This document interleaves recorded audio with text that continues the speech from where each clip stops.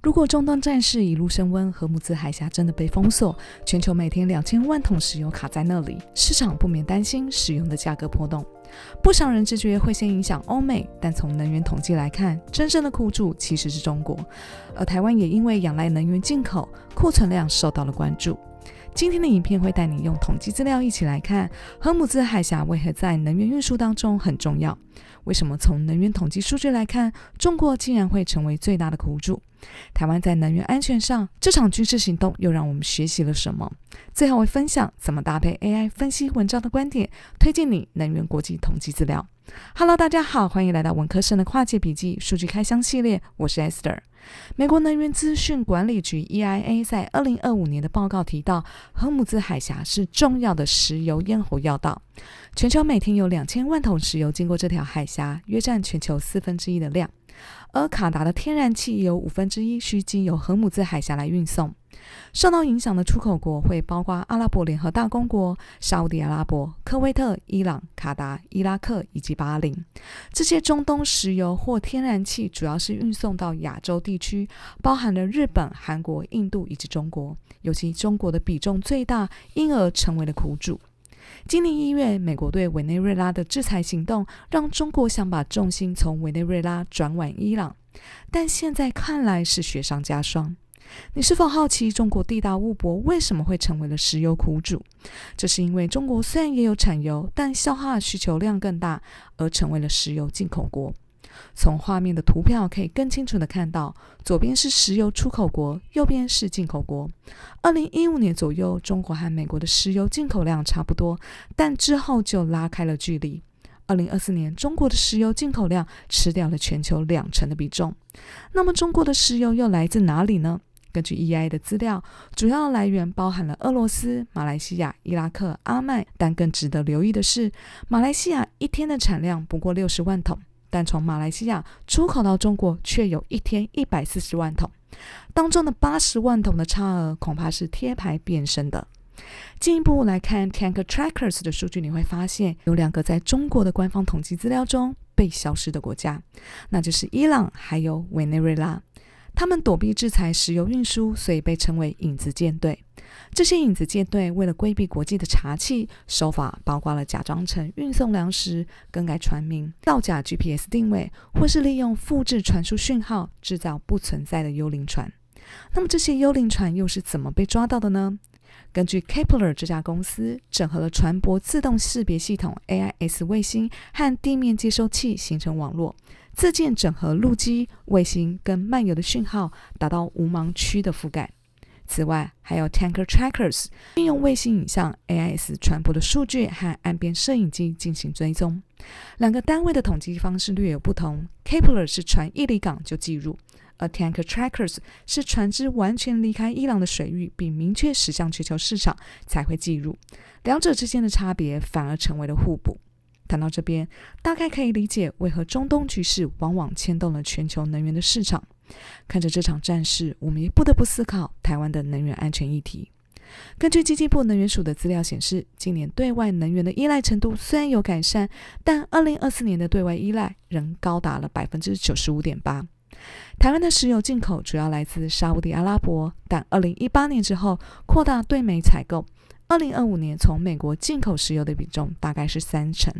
天然气部分，最大的进口来源国是中东的卡达，其次是澳洲。台湾自美国进口天然气的比例也来到了 10%。一提到要降低对外的能源依赖，许多人直觉想到的是核能发电。从数据来看，国内电力来源2016年来自核电比例大概是 12%， 到了2024年，核电的供应量其实不到 5%。 这个数据不知道比你原本想象的是高还是低呢？不过核电议题一直以来争论不休，关键因素就是高低阶核废料的最终处置场始终没有着落。像芬兰虽然规划把核废料埋在地底下，但芬兰学者也提醒，台湾的地质松软而且有地震，并不适合跟芬兰相同的方式。换句话说，想要有电力，但核废料或核电厂盖在住家附近，引发健康顾虑之外，也担心影响房价，而遭到居民的抗议，这让核电厂跟核废料都陷入了死循环。且台湾面临武力威胁，没有人能期待开战时攻击方信守国际公约，不打核电厂的承诺。因此有人将注意力转往新式核电力，也就是 SMR， 因为具备低碳而被视为干净的绿色能源。只是台湾现行的核电厂都不是 SMR， 因此台湾现有的核电厂也完全不符合绿色能源的要件。看似 SMR 带来了曙光，但其实学术界仍然各说各话，让像你我不具备专业背景的一般民众简直是雾里看花。能源政策真的不容易，每个选择都有正反两面，或许凸显出完美的电力或零瑕疵的能源政策根本不存在，也或许我们一直以来争论的都不是数据，而是大家是否能接受那个不完美的代价。当我们把立场先放到一旁，回过头来看看这些数据资料，或许才能回归科学理性的讨论。台湾电力堪称国安问题，这是在美国听证会上也被屡屡点名，希望台湾不应该完全停止核能的运转，同时建议要加强电网的韧性。然而投资电网就需要经费挹注，但投资也往往和补贴台电的发电成本绑成一包预算。补贴台电发电的成本是为了让民众和商家享有低廉的电力，维持竞争力，降低生活压力。看似补贴了台电，但其实是间接补贴全民。然而这样的民生产业议题往往容易被拉进政治攻防，而失去了客观的讨论。另外一个常被讨论的议题就是空气污染，用废发电成为你我大家的生活恐惧。但如果从环保署空气污染监测搭配台湾事实查核中心过去的资料显示，其实空气污染的原因相对复杂，甚至曾经发生台中火力全开，却因为吹了西南风，台中市环保局表示空气品质的监测数值没有跟着恶化，反而下降的反直觉结果。但不否认，任何现行的发电方式都会影响空气品质。根据牛津大学研究团队汇整全球统计数据资料，空污排放的有害物质包括来自交通运输、能源发电、农业活动，甚至你我在家里的居家炒菜料理也会制造空气污染。台湾的地形也可能影响并拉长有害物质的停留时间。当复杂的成因过度被简化，我们往往忽略结构性问题，流于直觉性、情绪化的思考。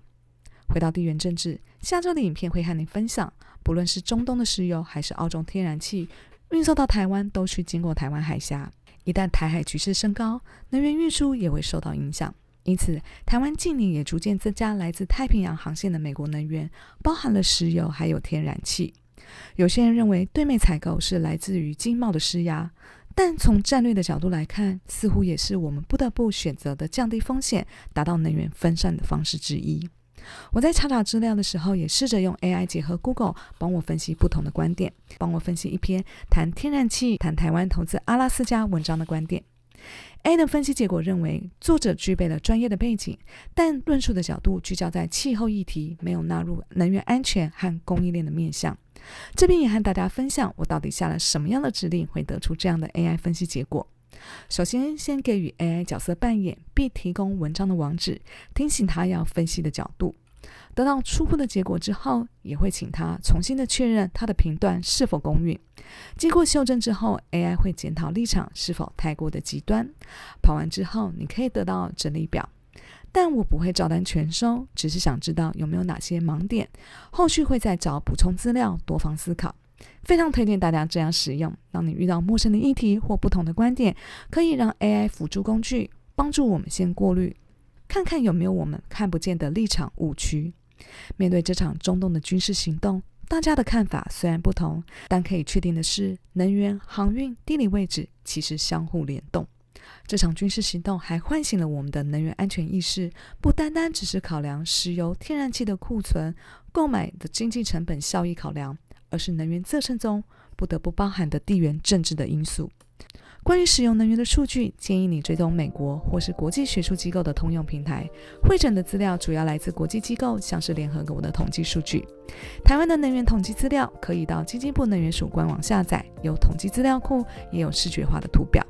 如果觉得今天的内容有帮助，欢迎按赞、留言、推播、分享，让更多的人知道。别忘了订阅文科生的跨界笔记。那我们下个话题再见，拜拜。